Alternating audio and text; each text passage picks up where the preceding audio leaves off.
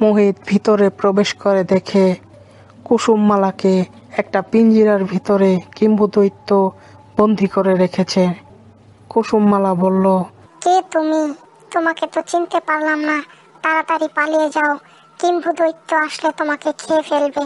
ভয় পেও না রাজকুমারী, আমি মোহিত, আমি তোমাকে বাঁচাতেই এসেছি। তাড়াতাড়ি গুহার বাইরে চলে যাও, এখনই কিম্বুদৈত্য আসবে, কিম্বুদৈত্য আসার সময় হয়ে গেছে।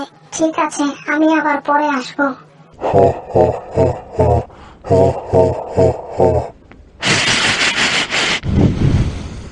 এখানে মানুষ মানুষ গন্ধ পাওয়া যাচ্ছে।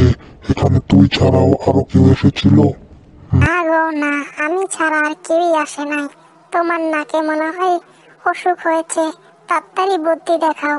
পরদিন কিম্বুদৈত্য যখন ঘুমাচ্ছিল তখন মোহিত প্রবেশ করে গুহায়, এবং প্রবেশ করার সাথেই সেই কিম্বুদৈত্যর পাশে থাকা পাখিটাকে মোহিত তার হাতে তুলে নেয়। কিম্বুদৈত্যকে বলতে থাকে, কিম্বুদৈত্য, আজই তোর শেষ। আজকে তোকে মেরে আমি রাজকুমারী কুসুমমালাকে আমার সাথে নিয়ে যাব।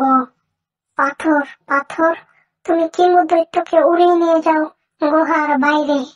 মোহিত গুহার বাইরে যে পাখিটাকে হত্যা করে এবং সাথে সাথে কিম্বুদৈত্য মারা যায়। তারা রাজ্যে ফিরে আসে। বাবা, মা, তুই ঠিক আছিস তো? বাবা, আমি ঠিক আছি। সব হয়েছে মোহিতের জন্য। মোহিত না থাকলে আজকে হয়তো কিম্বুদৈত্য আমাকে খেয়েই ফেলতো। তো মোহিত বাবা, আগামী শুক্রবারই তোমাদের বিয়ে। তারপর কুসুমমালার বিয়ে ধুমধাম করে মোহিতের সাথে দেওয়া হলো।